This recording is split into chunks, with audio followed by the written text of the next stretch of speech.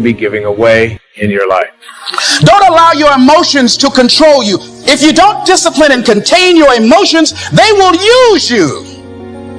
Your mind goes on automatic. Weeds don't have to have any encouragement to grow.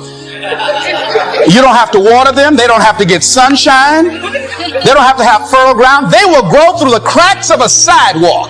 But if you want to grow orchids or roses or any kind of exotic flowers, there are special processes and procedures you must go through. You don't have to force yourself or motivate yourself to think negatively, to be depressed, to hate somebody, to want revenge, to want to get back at somebody, to beat yourself up over the head, to feel loaded with guilt. You don't have to make any effort to do that. You've got to be willing to harness your will. Your mind is on automatic. It will do that by itself. You've got to find ways to increase your sense of self-appreciation, because if you don't, you're bombarded with negative stuff every day that beats you down, and you will find yourself unconsciously engaged in self-destructive behavior. If you don't program yourself, life will program you. You got to get grounded. You got to train your mind to serve you. Just make up your mind. This is not going to control you. You have got to make a declaration. This is what you stand for. You're standing up for your dreams. You're standing up for peace of mind. You're standing up for health. You want it, and you're going to go all out to have it. It's not going to be easy. When you want to change, it's not easy. If it were in fact easy, everybody would do it. But if you're serious, there are times when the nights will be long and dark and you will be alone. But don't let it consume you. That's anxiety. Stop. You're not where you think you are. Your map isn't producing the desired outcome. It's wrong. What should you do? You don't know. Stop. Because if you don't know where to go, there's no point going anywhere. And then what? Prepare. That's anxiety. Stop. Prepare. Well, people hate that because, well, for obvious reasons. Prepare. For what? Everything. Very, very demanding psychophysiological. And that's also something that's really worth knowing. It's like anxiety isn't just a psychological state that's unpleasant. It's like you're revved up and you're burning resources like mad.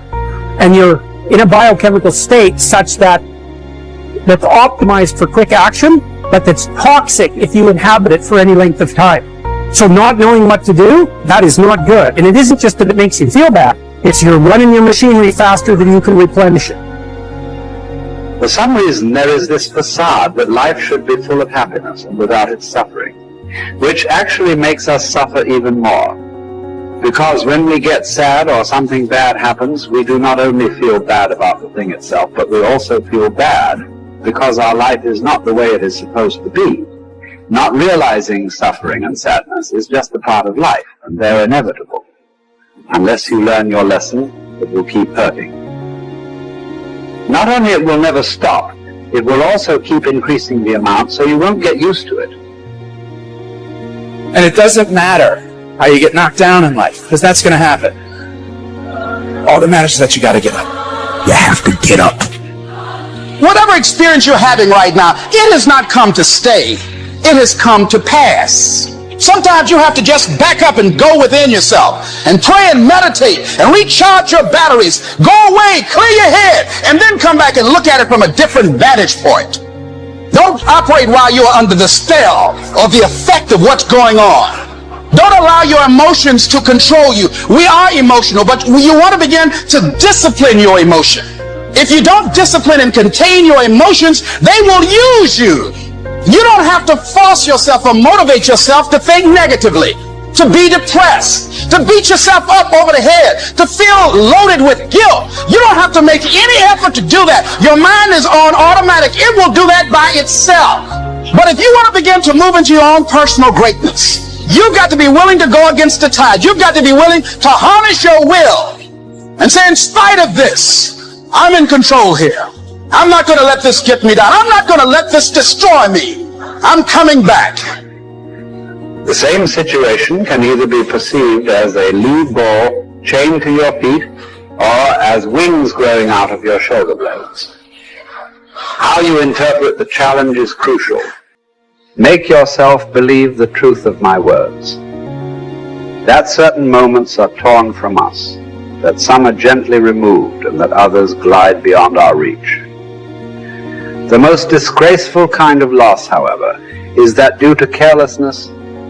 Furthermore, if you will pay close heed to the problem, you will find that the largest portion of our life passes while we are doing ill, a goodly share while we are doing nothing, and the whole while we are doing that which is not to the purpose. What man can you show me who places any value on his time, who reckons the worth of each day, who understands that he is dying daily? For we are mistaken when we look forward to death. The major portion of death has already passed.